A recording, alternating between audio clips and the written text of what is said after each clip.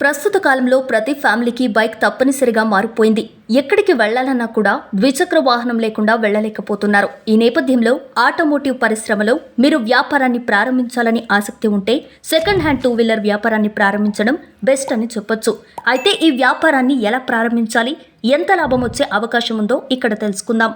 ఇటీవల కాలంలో ఉపయోగించిన మోటార్ సైకిళ్లను కొనుగోలు చేయడం, అమ్మకాలు చేయడం కూడా భారీగా పెరిగింది.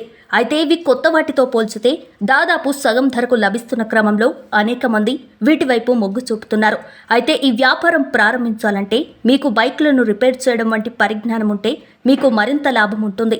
ఈ వ్యాపారాన్ని మార్కెటింగ్ చేయడం ద్వారా లాభాలను మరింత పెంచుకోవచ్చు. భారతదేశంలో సెకండ్ హ్యాండ్ బైక్ వ్యాపారం ప్రతి ఏటా పుంజుకుంటుంది. ప్రస్తుతం మీడియం రేంజ్ బైక్ ధర 50,000 రూపాయల నుంచి 60,000 మొదలవుతుంది. గత కొన్ని సంవత్సరాలుగా సెకండ్ హ్యాండ్ బైక్ వ్యాపారం వేగంగా అభివృద్ధి చెందుతుంది. ఈ వ్యాపారానికి ఉన్న డిమాండ్ చూసి బడా కంపెనీలు కూడా ఈ రంగంలోకి వస్తున్నాయి.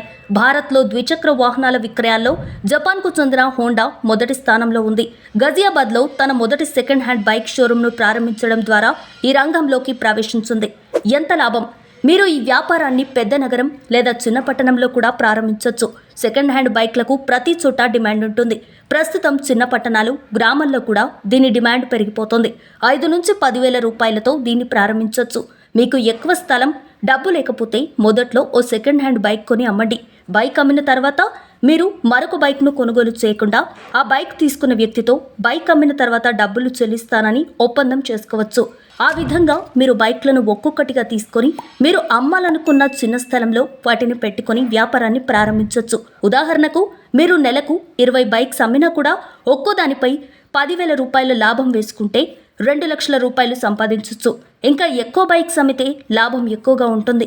ఆ క్రమంలో మీరు బైక్ అమ్మిన వ్యక్తి కొనుగోలు చేసిన వ్యక్తి నుంచి కమిషన్ తీసుకునే అవకాశం ఉంటుంది. దీని మార్కెటింగ్ కోసం మీరు సోషల్ మీడియా లేదా ఇతర వెబ్సైట్ల సహాయం కూడా తీసుకోవచ్చు.